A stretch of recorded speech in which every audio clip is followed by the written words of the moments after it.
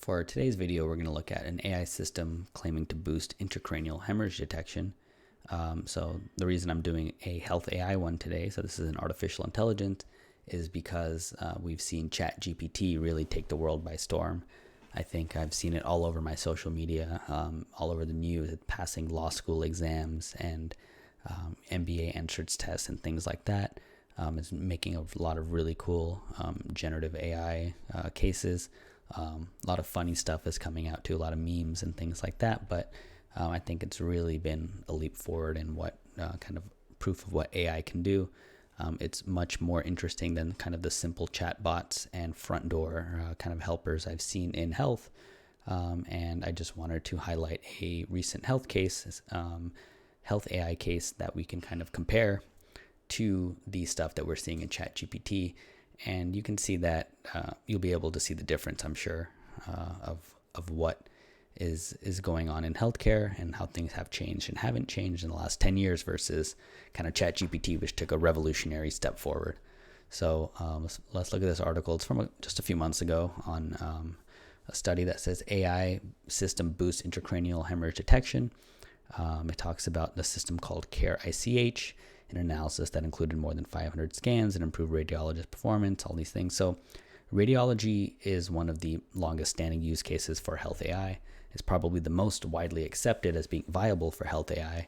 I did bring this up because of ChatGPT, but this headline actually came across my social media on LinkedIn as someone being excited about how AI is going to help detect intracranial hemorrhage. Intracranial hemorrhage is, of course, a brain bleed. So this is when you have a bleed into your brain. The blood does not come out of your head. It's sealed inside. So you can't see the blood coming out. So you need to do a scan to see that your brain is bleeding. Of course, people generally will show some kind of symptoms. There's the hemorrhagic strokes and things like that you can see the symptoms for. But that aside, so it claims that it's been difficult to detect these, which is true. It is difficult to detect these, but I would say that they're kind of saying this has been an Achilles heel for artificial intelligence. Everyone's probably heard of IBM Watson. They came onto the scene and destroyed everyone in Jeopardy by using kind of the internet in real time. It was really a fascinating thing that you were able to see, and they kind of broke into the mainstream. They showed AI to everybody what was possible.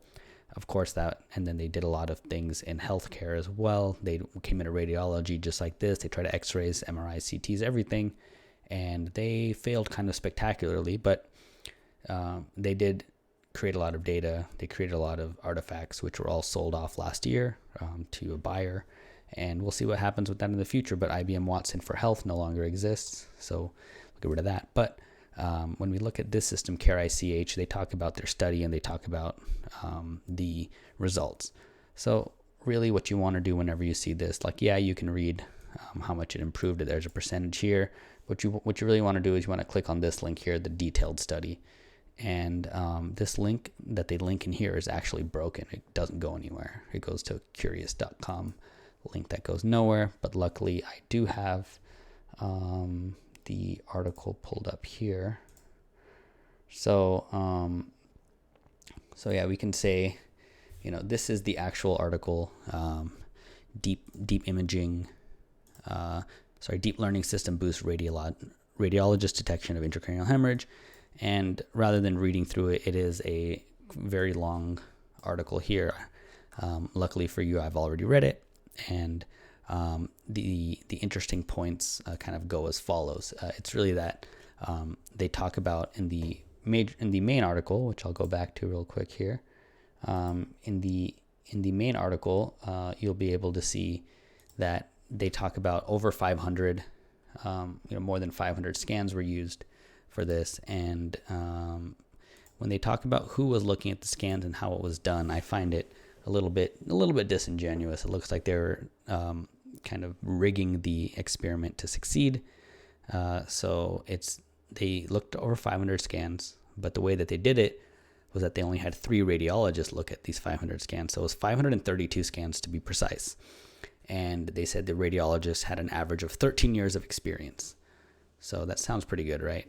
So the 3 radiologists specifically had 2 years of experience, 3 years of experience, and 34 years of experience was the third one. So 2 plus 5 plus 34, you can apply a calculator, that's 39, divided by 3 is 13. And so that's how they got the average of 13 years. So not a deal breaker, but it is certainly something to note about which radiologists were seeing this. And so the way that they did this was that they showed these 3 radiologists all 532 scans without any AI assistance. So the scans weren't going to help. The software doesn't help them at all. They just look at the scan and they try to diagnose it. Then they had a 48-hour what they called washout period. So that's when they're supposed to forget everything. And 48 hours later, they look at the exact same 532 scans. And this time they get AI help. And they apparently improved by about 5.7% in the second one. So that's kind of interesting.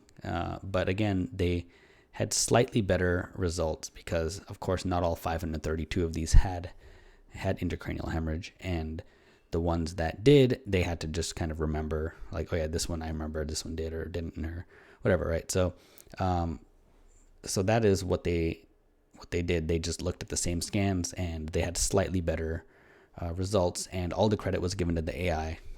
If you look at the main article, nobody shows, it doesn't mention at all in this article that they looked at the exact same scans 2 days later and they may have remembered.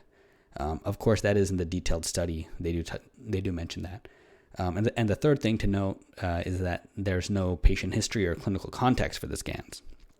So it doesn't mimic real life conditions.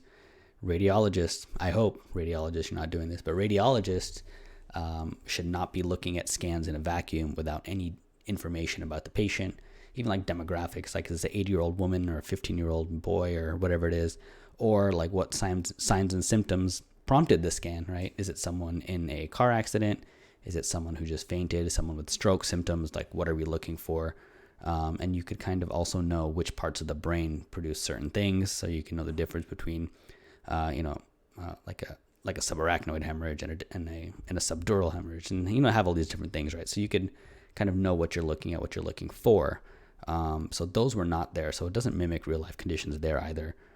So I just wanted to point out that we are excited about a lot of things coming up.